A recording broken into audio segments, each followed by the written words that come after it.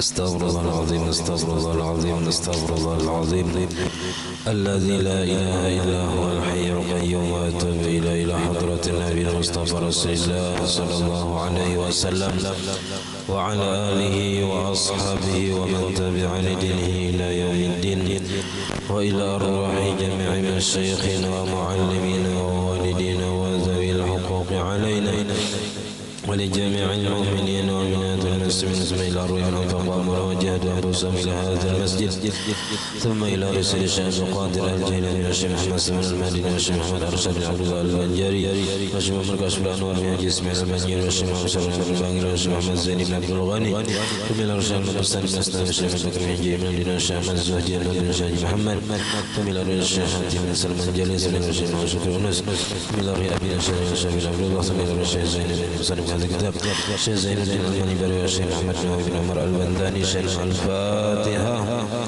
أعوذ بالله من الشيطان الرجيم بسم الله الرحمن الرحيم الحمد لله رب العالمين الرحمن الرحيم مالك يوم الدين إياك نعبد وإياك نستعين اهدنا الصراط المستقيم صراط الذين أنعمت عليهم غير المغضوب عليهم ولا الضالين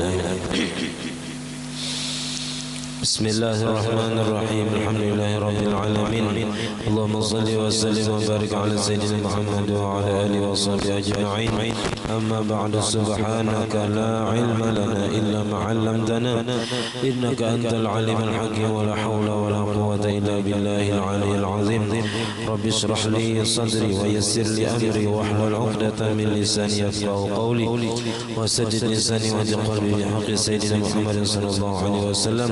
قال المصنف رحمه الله ونفعنا به وبجميع علومه في الدارين آمين. والرابع اجتماعهما أي الإمام والمأموم بمكان بألا تزيد المسافة بينهما ولا بين كل صفين أو شخصين ممن ائتم بالإمام خلفه أو بجانبه على 300 ذراع بذراع الآدمي تقريبا فيعتبر زيادة 3 أذرع فأقل وهذا الشرط عاما في من وقف في علو وإمامه في سفل أو عكسه على ما رجح النووي خلافا لمن قال بشرط الحاجة لمن ذكر بحيث تكون رأس الأسفل المعتدل القامة تلاقي قدم الأعلى لو ذهب المقدم إلى الخلف. Alhamdulillah puja dan syukur kita haturkan kehadirat Allah Subhanahu wa taala yang mana dengan limpahan rahmat, taufik, hidayah serta inayahnya sehingga kita dapat berkumpul di masjid yang mulia ini. Mari kita bersama-sama berniat i'tikaf di dalam ini masjid. Bismillahirrahmanirrahim. Nawaitu an a'takifa fi hadzal masjid sunnatan lillahi taala. Sengaja aku beriktikaf di dalam masjid sunnatan kepada Allah taala. Dan kita juga selalu bersyukur kepada Allah Subhanahu wa taala yang selalu memberikan kepada kita bermacam-macam nikmat dan anugerah. Di antara nikmat terbesar nikmat iman dan Islam, dijadikannya kita umat Nabi Muhammad sallallahu alaihi wasallam, dipanjangkannya umur kita, disehatkan bagi kita sehingga kita bersama-sama kembali menuntut ilmu agama. Kita masih membicarakan syarat sah berjamaah. Yang keempat adalah ijtima'uhuma, terkumpul, terhimpun keduanya imam dan makmum bimakanin di satu tempat. Jadi antara imam dan makmum harus terkumpul di satu tempat. Bi alla tazidal masafatu bainahuma, dengan bahwa jangan lebih jarak antara keduanya itu, antara kedua imam dan makmum, antara imam dan makmum, wala baina kulli safain, dan tidak pula antara dua saf, tiap-tiap dua saf, saf pertama dengan saf kedua dengan saf ketiga dan seterusnya. Au syakhsaini, atau dua orang. Kalau makmumnya seikong aja, dua ikong antara makmum satu dengan makmum yang di belakangnya, jangan lebih daripada salasati au mimman itamma bil imami, daripada orang yang mengikut dengan imam khalfahu, baik di belakangnya, au bijanibihi, atau di sampingnya. ke samping, ke kanan atau ke kiri itu nanti. Jaraknya jangan lebih ala salasimi'ati zira'in, atas 300 hasta, atau kalau diulah meter sekitar 150 meter, karena 2 hasta itu kurang lebih 1 meter. Itu di dalam kitab Taqriratus Sajdah itu. Bizira'il adami, dengan hastaan manusia yang normal. Kada nang tangan terlalu panjang, ada juga tangan handap, nang kebanyakan orang tangannya takriban kurang lebih. Jadi jarak antara kita dengan imam jangan sampai lebih daripada 300 hasta atau 150 meter. Ini kalaunya di luar masjid. Di luar masjid. Kalaunya di dalam masjid kena itu berapa ratus hasta kah, 1000 hasta kah, ada masalah, asal masih kawa mendengar atau melihat imam atau melihat makmum nang di belakang imam semalam. Syaratnya harus tahu perpindahan imam semalam. Kalau masjid ini yang dihitung itu hujungnya, hujung masjid. Walaupun misalnya safnya hanya 2 saf misalnya. Nah lalu ada orang 4 sembahyang di higa kartak situ misalnya. Nah antara hujung masjid lawan nang higa kartak itu sampailah 300 hasta. Oh masih belum sampai, nah berarti masih sahnya mengikutnya. Cuman pahala berjamaahnya semalam ada yang menyatakan kada dapat, ada juga yang menyatakan dapat saja pahala berjamaahnya. Karena masih ada saf nang kosong di belakang.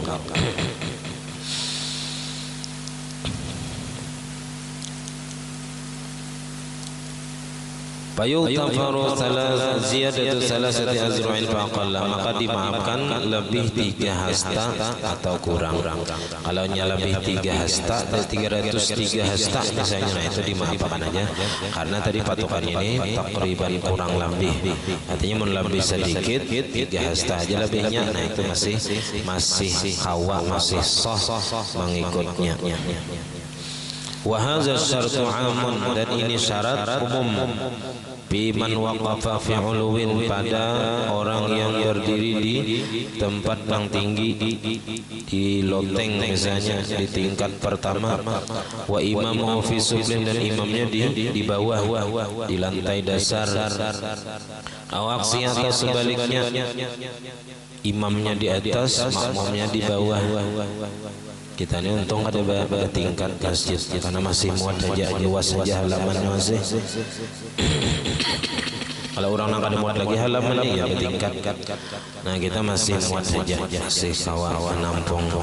Nggak joli jadi perumahan gak kena, ada lagi nang hakulnya buhuma, ya kan?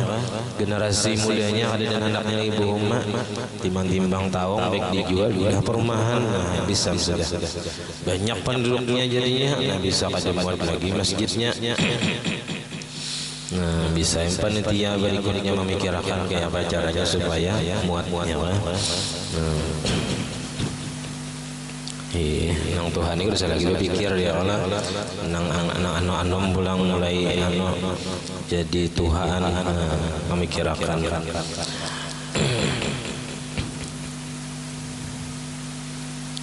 Alama rajahun Nawawi, atas pendapat yang mengunggulkan oleh Imam Nawawi. Artinya kalau ke atas itu pun syaratnya juga jangan lebih dari 300 hasta. Di lantai 2 misalnya, berimaman lantai 50, nah itu lebih 300 hasta. Ada kawa itu.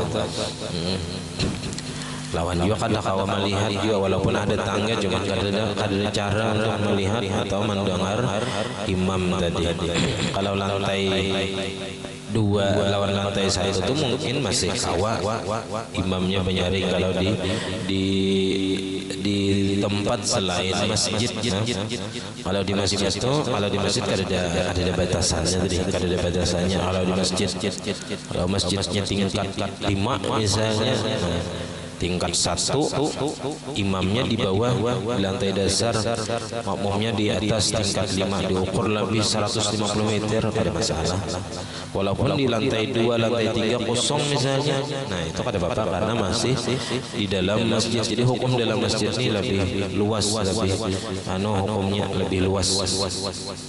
Artinya kada disyaratkan yang 300 hasta tadi di dalam masjid, yang disyaratkan itu karena di luar masjid.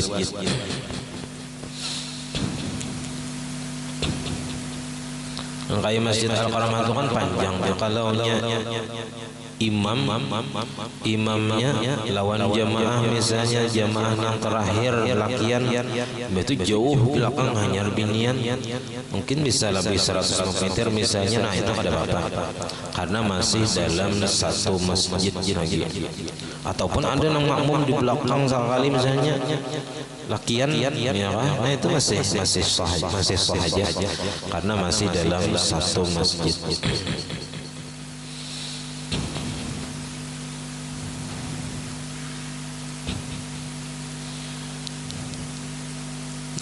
Di pelataran masjid itu hukum masjid pelataran masjid masih hukum masjid. Nah karena masjid ini belain hukumnya lawan rumah atau tempat-tempat lainnya. Kalau di masjid pintunya tertutup, itu masih sah mengikut di pelataran masjid tadi, diambil masjid itu masih sah. Kalau misalnya masjid kita nih basi, lalu ruangannya itu ditaruh tutup, ya kan, ditutup.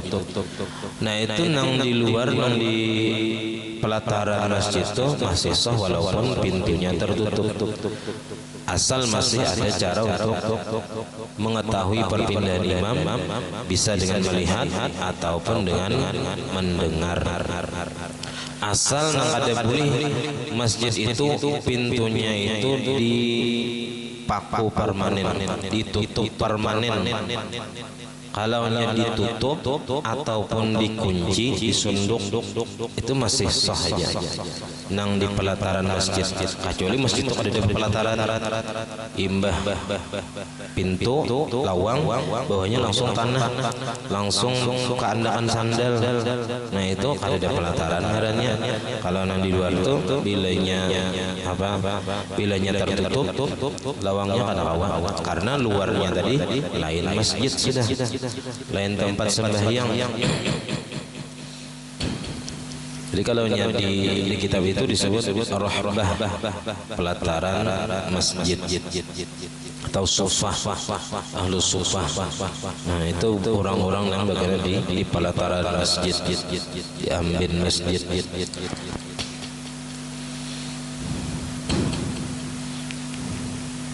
Apalagi kada dikunci, tutup aja telawang masjid. Kalau rumah ada awak, kalau rumah atau bangunan yang lainnya itu harus terbuka, kada boleh tertutup. Nah bila tertutup, nah kada kawa lagi mengikut yang di luar tadi, wajib mufaraqah dan tarusakan masing-masing kalau tertutup. Jadi harus terbuka, harus ada jalan untuk menuju imam. Khilafan liman qala bisyartil muhadzah, bersalahan bagi ulama yang berpendapat dengan disyaratkan babin tangan. Liman dzukira, bagi orang yang telah disebutkan, artinya orang yang berjamaah di lantai atas dengan lantai bawah di luar masjid, itu ada yang mensyaratkan bihaitsu takunu ra'sul asfali al-mu'tadilil qamati tulaqi qadamal a'la, dengan sekira-kira jadilah kepala orang yang di bawah yang normal, yang sederhana, al-qamati pendiriannya, orangnya normal berdiri, itu memintangi qadamal a'la, tumit orang yang di atas. Jadi ada ulama yang mensyaratkan bahwa dalam berjamaah antara orang yang di lantai bawah lantai atas itu harus berpintangan. Imam misalnya imamnya di atas, imamnya di bawah, atau imamnya di bawah, imamnya di atas, harus berpintangan. Kalau di masjid kada disyaratkan ini berpintangannya. Boleh aja di higa kanan, di higa kiri, atau di belakang, asal jangan di muka imam. Nah, cuman biasanya kalau di masjid itu sebelah kanan, sebelah kiri, lalu di belakang aja. Cuman ini ada sebagian ulama mensyaratkan ini. Cuman nang terkuatnya tadi kada disyaratkan, harus berpintangan. Yang penting jangan jaraknya itu lebih 300 hasta ke atasnya tadi, jangan lebih dari 300 hasta. Kada nang disyaratkan ini ada satu pendapat saja. Ada pendapat ulama yang menyatakan kalau antara lantai pertama dengan lantai di atas itu harus disyaratkan berpintangan kepala lawan betis. Lau zahabal muqaddamu ilal khalfi, seandainya berjalan orang yang di depan ke belakang, berpintangan. Atau misalnya imamnya di atas, makmumnya di sini, seandainya imam itu berundur pas memintangi makmum, nah harus kayak itu. Ada yang berpendapat kayak itu. Wala yajibu fil fadai, dan tidak wajib pada tempat yang luas, bisa halaman, lapangan, ataupun rumah yang luas.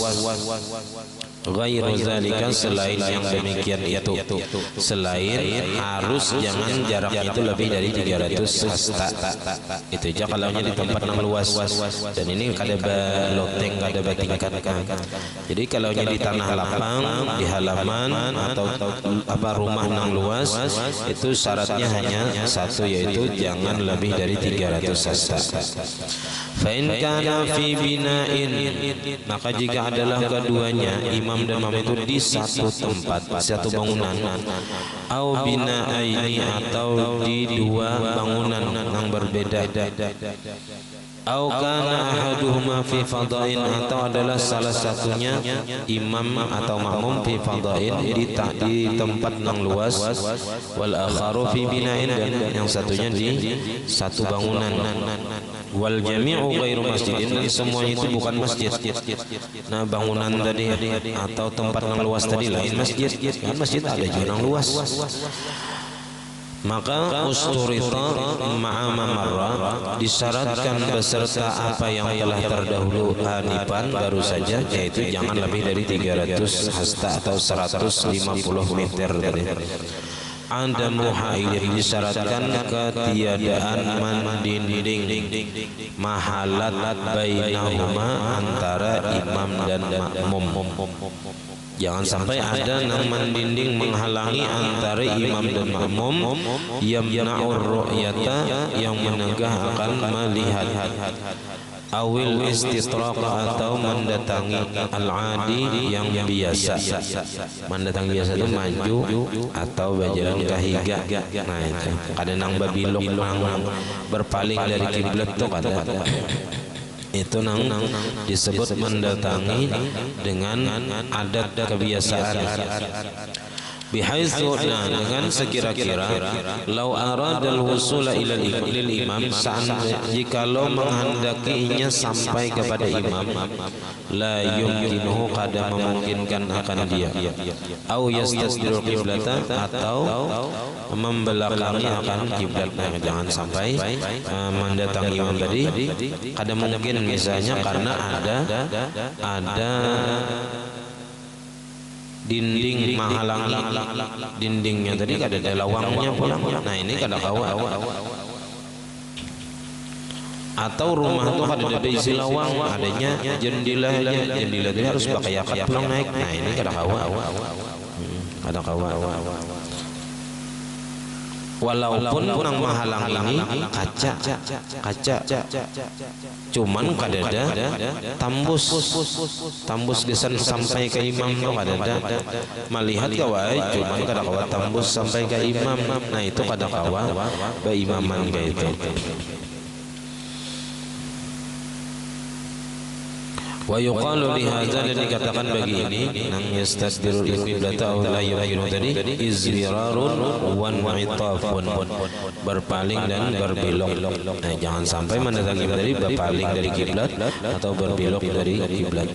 Fala yadurru kaunuhu an yaminihi, maka tidak mengapa keadaannya itu dari sebelah kanannya, sebelah kanan imam, atau yasari atau sebelah kiri imam.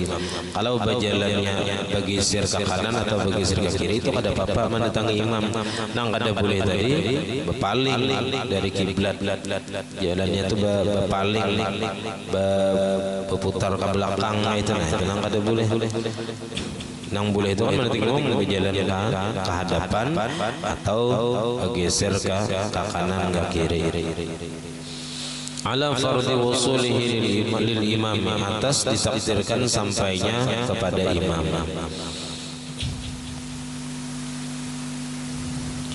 Wa ulima min taswiri man'il mururil 'adi, dan diketahuilah daripada gambaran masalah tertegah lewat mendatangi imam nang biasa. Kada kawa mendatangi imam nang dengan cara biasa, yaitu tadi dengan cara maju atau berjalan ke samping kanan atau kiri. Bima zukira, dengan apa yang telah disebutkan di atas, an-i'tibar al-mururil 'adi, bahwasanya yang dijadikan patokan melewati untuk mendatangi imam nang biasa itu fi kulli makanin, pada tiap-tiap tempat itu bihasabihi, itu dengan menyesuaikan tempatnya, tergantung tempatnya. Walau kana al-wusul ila al-minhinain masalan, maka jikalau adalah sampai kepada imam itu binhinain dengan bertunduk, misalnya tempatnya rendah, tempatnya itu rendah, amannya orang tinggi harus bertunduk, nah itu kada masalah karena tempatnya rendah. Fal madaru ala imkanil wusul ila min ghairi istidbaril qiblati, maka yang menjadi tempat peredaran masalahnya atas memungkinkan sampai kepada imam dari ketiadaan membelakangi kiblat. Nah, yang penting ya kita kawam mendatangi imam tadi jangan sampai membelakangi kiblat. Seandainya didatangi imam tadi, seandainya berjalan mendatangi imam kawa tanpa membelakangi kiblat, nah maka itu berarti sah mengikutnya. Kalau mendatangi imamnya harus membelakangi kiblat, nah maka ini kada kawa mengikut imam. Falau hala bainahuma jidarun, maka jikalau mendinding antara imam dan makmum itu jidar, dinding, ada tembok nang menghalangi, la baba fihi, nang kadada pintu padanya, kadada lawangnya gitu, mengikuti imam. Au babun musammarun, atau ada pintunya cuman musammarun, dipakui, artinya ini ditutup secara permanen. Au mughallaqun, atau dikunci ini atau kunci kita wah ini, atau digembok atau disunduk, itu mughallaq ngarannya. Au mardudun, atau ditutup warahnya, tutup warahnya zaman banyak. Au subakun, atau ada jendela tapi kada ada lawang. Tadi ada lawang, cuma lawangnya dipaku atau dikunci atau ditutup, atau ada jendela saja antara imam dan makmum tadi, maka muni'a sihatul iqtidai, maka dilarang, maka tertegah kesahan mengikut imam. Walaisa minal haili an-nahru, dan tidak termasuk daripada penghalang itu an-nahru, sungai. Walaupun kada ada jambatannya, mana ada jambatan itu nyaman aja nyeberang. Seandainya sungai nang menghalangi, tapi sungainya tadi kada sampai 300 hasta dan kada ada jambatannya, kada masalah. Sungai itu kada menghalangi antara imam dan makmum. Walau ahwaja ila sibahatin, walaupun berhajat kepada berenang mengunyung. Walaupun mendatangi imam, seandainya harus mendatangi imam juga harus berkunjung, itu kada masalah. Nah ini bisa antara orang bajokong lawan bajokong ngonjon sampai waktu sembahyangan di jokong masing-masing dihalangi oleh sungai hendak menuju imam harus bakunyong. Nah ini kan ada masalah. Yang penting antara jarak imam dan si makmum jangan lebih dari 300 hasta. Atau nang kayak orang nang kebanjiran masjidnya sampai kas pinggang, jadi masuk ke masjid itu bejokong bejumat di jokong masing-masing, ya kan? Nah itu kawaida, yang penting jaraknya jangan lebih 300 hasta antara imam dan makmum, antara makmum pada saf pertama dengan saf kedua dan saf ketiga seterusnya.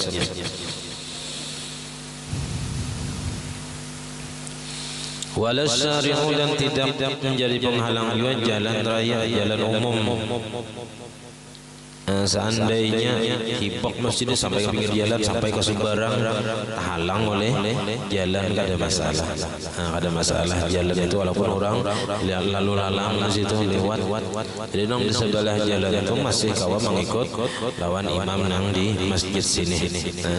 Yang penting antara jarak jalan tadi kada sampai 300 hasta. Ya, dan kita ini paling 6 meter ya. 8 meter misalnya masih kada apa-apa, jangan sampai 150 meter saja. Jadi kada masalah, seandainya jalan raya pun menghalatnya, jadi kada apa-apa nang sebarang jalan tadi masih sah aja mengikutnya.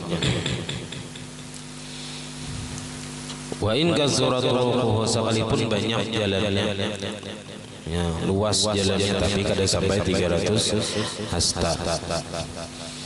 Falau kana huduma bidukanin wal akharu bi ukhra, seandainya salah satu daripada imam atau makmum tadi didukanin di dalam toko, satu toko, wal akharu bi ukhra, dan yang saikungnya di toko yang lain, bis safil muqabili, pada saf yang memintangi lahu baginya, sah aja hukumnya. Seikung di toko seberang sana, seikung toko seberang sini, tapi jaraknya kali sampai 300 hasta. Nah lalu hendak berjamaah di toko masing-masing, ada masalah. Yang penting jaraknya jangan sampai lebih dari 3 hasta, dan kada nang menghalangi daripada timbok tadi, ataupun nang timbok nang kada ada pintunya, atau pintunya ada cuman tertutup terkunci tadi. Nah itu jangan sampai ada. Artinya kawal langsung menuju imam. Nah pada bapak, walau waqafa ahaduhuma bisuthin wal akharu bisuthin akhara fi saffin tsanin sahha, dan jikalau berdiri salah satu dari keduanya, imam atau makmum, bisuthin di loteng di atas, wal akharu bisuthin akhar, yang seikung di loteng yang lain, bisofin sanin, pada saf yang kedua, sah aja hukumnya. Ingkana yumkinul wusulu min ahadis suthaini, jikalau adalah memungkinkan sampai dari salah satu dua loteng tadi ilal akhar ke loteng yang lain. Ka'ayyu ja'ala bainahuma nahu isqalatin, seperti bahwa dijadikan antara keduanya seumpama isqalatin, tangga bahari, tangga nang tali, anunya itu tali tapi dia nanti kayu di anunya itu kenaikannya itu. Nah itu isqalah namanya. Yang penting ada alat untuk naik ke atas tadi. Kalaunya berjamaahnya tadi seikong di lantai pertama, seikong di lantai kedua misalnya. Nah kalaunya masjid itu baloteng, apa kita lantai 2, nah maka harus ada alat tangga untuk naik ke atas, walaupun tangganya itu di belakang. Tangganya itu di belakang, tangganya di belakang situ misalnya, di sini di muka sini ada tangga, ada masalah. Yang penting ada tangga, karena di dalam satu masjid ini ada masalah itu, ada masalah. Yang penting ada tangganya, biasa naik ke atas, biar di kanan, ke di kiri, ke di belakang, nggak ada masalah, karena masih dalam satu masjid saja. Nah, fa'in kana di masjidin, jika adalah ya di satu masjid. Nah, ini insyaallah malam Sabtu yang akan datang ya. Nah, ini ada sedikit kita membahas masalah orang-orang puasa sunat Syawal digabung lawan qadaan. Binian biasanya ada berisi qadaan, lalu hendak membayarkan dahulu atau digabung aja kah? Nang bagusnya itu mengapa diqada dahulu hanyar puasa 6, tuntung akan qadaan hanyar puasa 6. Kayak itu di dalam kitab Sabilal Muhtadin.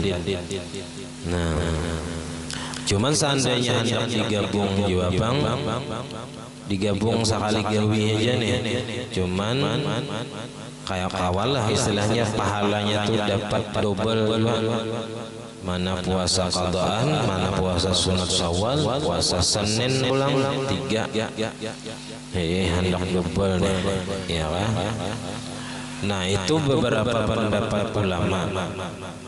Kalau pendapat Imam Ramli, hasil baginya pahala sunat Syawal jika tiada diqasasnya mengerjakan sunat Syawal itu kemudiannya, dalam kitab Sabilal. Jadi kalau menurut Imam Ramli, kalau hendak dapat pahala sunat Syawal, jangan diniatakan puasa Syawalnya, cukup niatakan qadaannya aja saja. Nah, tapi di dalam kitab Fathul Mu'in atau I'anah, di situ ada lagi fatwa ulama mutaakhirin, dengan mendapatkan aja, dapat aja pahala puasa sunat Syawal dengan mengerjakan puasa fardu.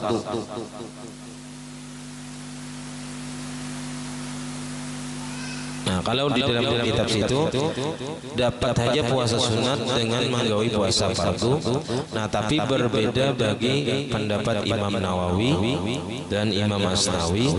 Ujar Imam Nawawi dan Imam Asnawi, jikalau berniat akan keduanya, puasa qadaan dan puasa Syawal digabung nih, ujar Imam Nawawi dan Imam Asnawi, kada dapat keduanya. Nah, belain saudara Imam Ramli. Kalau Imam Ramli, bilanya diniatakan puasa sunatnya kada dapat, tapi bilanya kada dibuat puasa sunatnya dapat haja keduanya, puasa qadaannya sah dan puasa Syawalnya dapat aja pahala. Kalau di dalam kitab Fathul Mu'in tadi, kalau diniatakan keduanya kada dapat keduanya. Bila diniatakan sabuting aja, nah maka dapat aja keduanya. Nah, tapi ujar Imam Ibnu Hajar, nang terkuatnya jisidin, yang penting ada melaksanakan puasa di bulan Syawal tadi. Maka hukum puasa Syawal itu nang kaya tahiyatul masjid juga. Amun nyama berniat puasa sunat dan puasa qadaan digabung, ujar sidin hasala dapat aja keduanya. Nah, jadi menurut Imam Ibnu Hajar, bilanya menggabung puasa qadaan dan puasa Syawal ataupun ditambah puasa Senin atau Kamis, nah itu disini dapat aja ketiganya dapat. Seandainya kada berniat nang Seninnya kada tabuat, misalnya Syawalnya kada tabuat, nah itu kada dituntut lagi mengerjakannya. Nah, jadi terserah aja hendak memilih nang mana. Nah, nang bagusnya hendak berniat ketiganya. Nah, menurut Imam Ibnu Hajar, bila diniatkan ketiganya atau dua aja, nah dapat aja barataan. Kalau Imam Ramli tadi, bila diniatkan apa puasa sunatnya kada dapat, bila kada diniatkan dapat. Nah, adapun Imam Nawawi, bila diniatkan keduanya kada dapat keduanya. Bila diniatkan sebuting dapat aja keduanya.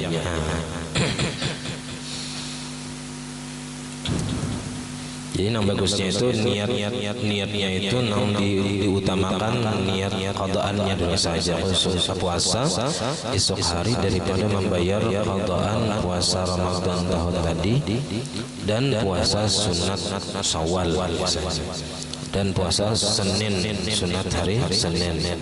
Nah, karena Allah Ta'ala. Nah, itu dapat ketiganya menurut Imam Ibnu Hajar.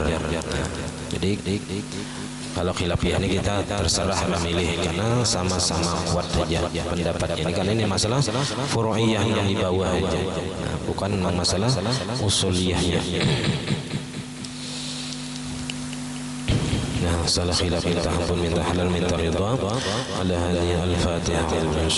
Bismillahirrahmanirrahim. Iyyaka na'budu wa iyyaka nasta'in. Shiratal ladzina an'amta 'alaihim. آمين. بسم الله الرحمن الرحيم. الحمد لله رب العالمين. اللهم صل وسلم وبارك على سيدنا محمد وعلى آله وصحبه أجمعين. اللهم فقهنا في الدين وعلمنا التأويل وارزقنا الإخلاص في طلب العلم وفي نشره وفي جميع الطاعات. اللهم استر عيوبنا وعيوب معلمنا عنا ولكل بركات عندنا. اللهم اغفر بالعلم وزينا بالحلم وأكرمنا تقوى وجملنا بالعافية. ربنا لا تزغ قلوبنا بعد إذ هديتنا وهب لنا من لدنك رحمة إنك أنت الوهاب. ربنا هب لنا من أزواجنا وذريتنا قرة أعين واجعلنا للمتقين إماما. ربنا آتنا في الدنيا حسنة وفي الآخرة حسنة وقنا عذاب النار. وصلى الله على سيدنا محمد وعلى آله وصحبه وسلم. الحمد لله رب العالمين. ما شاء الله.